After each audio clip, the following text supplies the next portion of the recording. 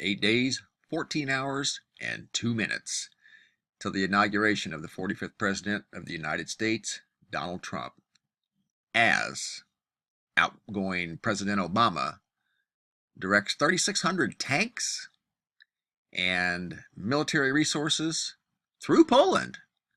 And I'll show you where they've gone just recently. They're sitting right over here. And it is against Russia aggression. If I've heard Russia today on the news, because I did watch the confirmations a little bit, and if I heard Russia once and Vladimir Putin once, I've heard them both 250 times today, just through the confirmation process of two individuals, one individual. Here's the Department of Defense. They're getting ready to pull some stuff, guys. That's the bottom line. Here's U.S. resources stationed around Europe on that map that I just showed you. This is Russia right over here, and this is called, where are we at? Operation Atlantic Resolve. And this is a direct retaliation against Russian aggression. And they're moving heavy equipment over there. So usually when they make a move this big, they're getting ready to do something. But my thing is this: are they going to pull some crap right before Inauguration Day? Because let's face it, they're not happy about Trump getting elected president, and they're playing some squirrely games right now. And it's a bit concerning to think that these are the people that we're supposed to look up to, you know, as American citizens. We put our trust in these people. And they're acting very, very suspicious right now. I have a feeling something's going to go down. This is just my theory. I hope I'm wrong, and I'm going to tell you what I base my theory on. 15 years ago, in 2002, if I heard weapons of mass destruction one time, I heard it 1,000. And I'm hearing that same repetition again. Russia hacking, Russia aggression. Vladimir Putin, war criminal. Over and over and over and over and over. That's their MO whenever they're getting ready to go to war.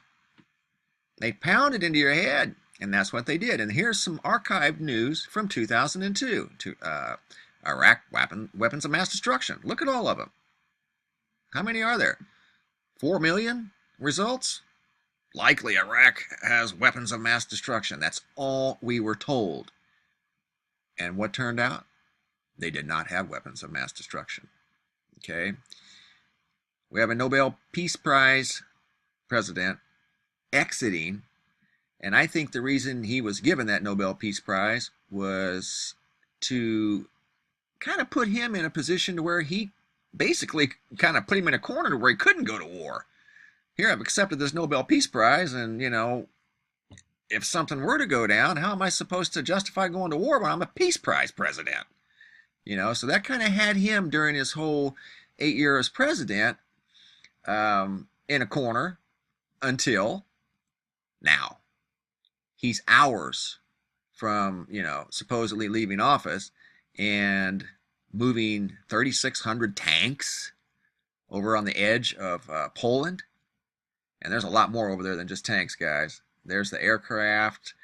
Where's it at? Right here. You can click on these things and they'll tell you what it is. The blue one's the Air Force. And these are the ones that run the sorties, the bombers. There they are.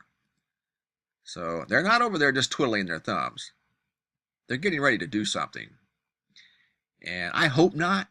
I hope not. Here's another theory of mine.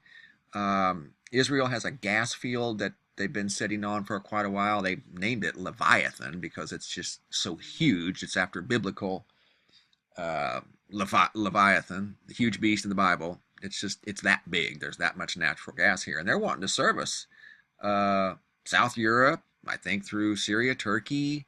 And as you guys know, Russia controls that territory with natural gas. They supply natural gas to those areas.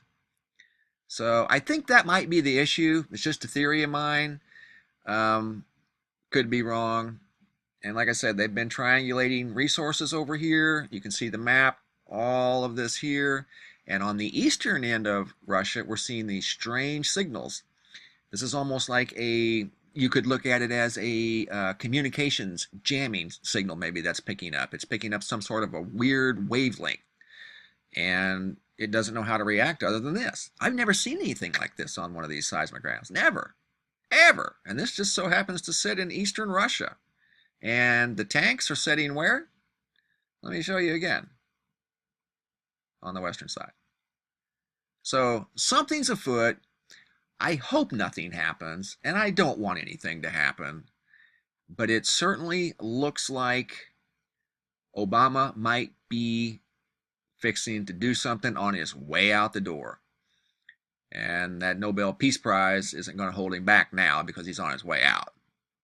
That's just a theory of mine. I hope I'm wrong, but I don't like what I'm seeing. You know, I want to see Mr. Trump enjoy his inauguration day. He worked hard to win the presidency, and then we're seeing these crazy reports and stories surface that were totally untrue, like they were trying to sabotage the guy. I mean, he's about to be the next president of the United States, and that's the respect he gets.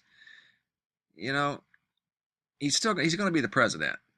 I know there's a lot of guys that have been here in D.C. for 30 years, and you know, I get it. I get it. I understand, but I don't approve of it. But that's just the way it is. So, guys, big heads up. I don't like what I'm seeing. It reminds me of 2002 when I heard over and over and over, probably a total of 10,000, 20,000 times, weapons of mass destruction in Iraq. And then when we invaded Iraq, it was because of the weapons of mass destruction. So now I'm hearing, Russia hacking, Russia this, Russia that, Russia this, Russia that. So that's telling me, that's just sounding off the alarm. They're getting ready to do something to Russia. And if it happens before the inauguration, I don't know what that means, if anything. But I can tell you this, I feel that it's 1 minute till midnight. And we better keep our fingers crossed.